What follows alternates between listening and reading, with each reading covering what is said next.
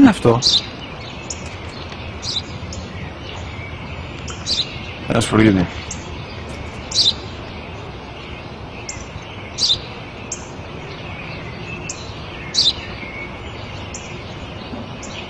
Τι είναι αυτό? Μόλις τώρα στο είπα, πατέρα, σπουργίτη είναι.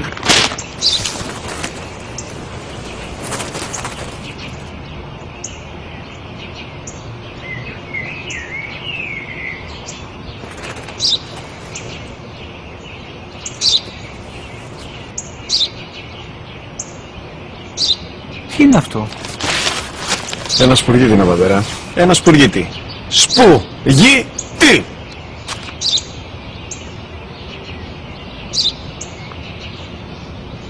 Τι είναι αυτό? Γιατί το κάνεις αυτό το πράγμα, μπορείς να μου πεις? Τόσες φορές σου είπα, είναι ένα σπουργίτη! Δεν το καταλαβαίνεις!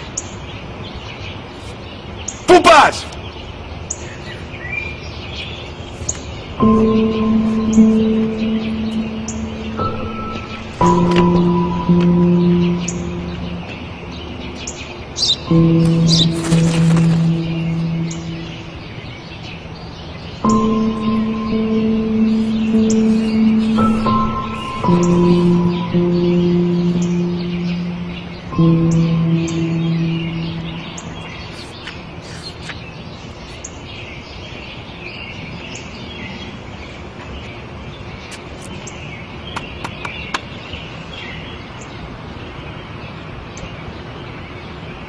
Δυνατά.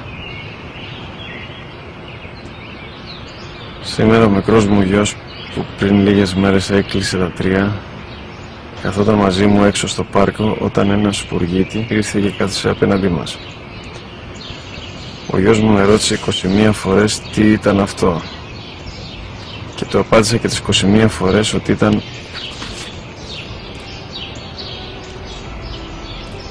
ένα σπουργίτη. Τον αγκάλιασα τρυφερά και τις 21 φορές που μου έκανε την ίδια ερώτηση, ξανά και ξανά, χωρίς να εκνευριστώ, νιώθοντας στοργή για το αθώο μου αγοράκι.